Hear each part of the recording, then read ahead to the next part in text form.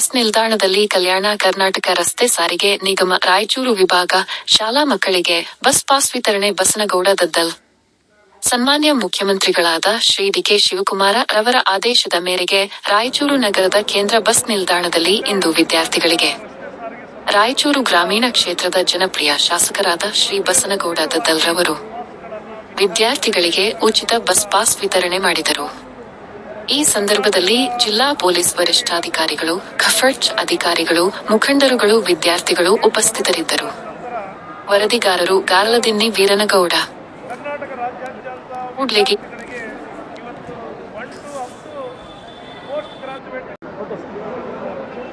ಕಲ್ಯಾಣ ಕರ್ನಾಟಕ ರಸ್ತೆ ಸಾರಿಗೆ ಸಂಸ್ಥೆ ವತಿಯಿಂದ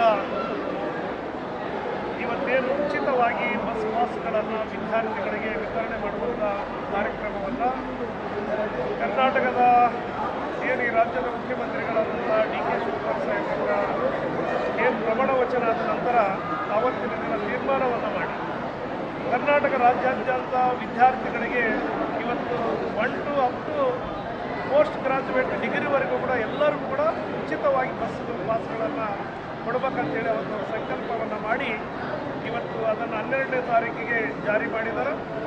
ಇವತ್ತು ಕರ್ನಾಟಕ ರಾಜ್ಯದ ಮುಖ್ಯಮಂತ್ರಿ ಡಿ.ಕೆ. ಶಿವಕುಮಾರ್ ಸಾಹೇಬರು ಮತ್ತು ಸಾರಿಗೆ ಸಚಿವರಾದಂಥ ಇವತ್ತು ಬೈರತಿ ಸುರೇಶ್ ಇವರ ನೇತೃತ್ವದಲ್ಲಿ ಮತ್ತು ಸಚಿವ ಸಂಪುಟದ ಎಲ್ಲ ರಾಜ್ಯದ ಸಚಿವರ ನೇತೃತ್ವದಲ್ಲಿ ಇವತ್ತು ಈ ಕಾರ್ಯವನ್ನು ಹಮ್ಮಿಕೊಂಡು ಇವತ್ತು ರಾಯಚೂರು ಜಿಲ್ಲೆಯಲ್ಲಿ ಇವತ್ತೇನು ನಾವು ರಾಯಚೂರಿನ ಬಸ್ ಸ್ಟ್ಯಾಂಡಲ್ಲಿ ಇವತ್ತು ನಾವು ಪಾಸ್ಗಳನ್ನು ಇವತ್ತು ಸಾಂಕೇತಿಕವಾಗಿ ವಿತರಣೆ ಮಾಡುವಂಥ ಕೆಲಸವನ್ನು ಏನು ವಿಭಾಗೀಯ ಅಧಿಕಾರಿಗಳು ಮತ್ತು ನಾವು ಎಲ್ಲ ಸಿಬ್ಬಂದಿ ವರ್ಗದವರು, ಪೊಲೀಸ್ ಇಲಾಖೆ ವರಿಷ್ಠಾಧಿಕಾರಿಗಳು ಎಲ್ಲರ ಸಿಬ್ಬಂದಿ ಸೇರಿ ಇವತ್ತು ನಾವು ಇದನ್ನು ವಿತರಣೆಯನ್ನು ಮಾಡಿದ್ವಿ.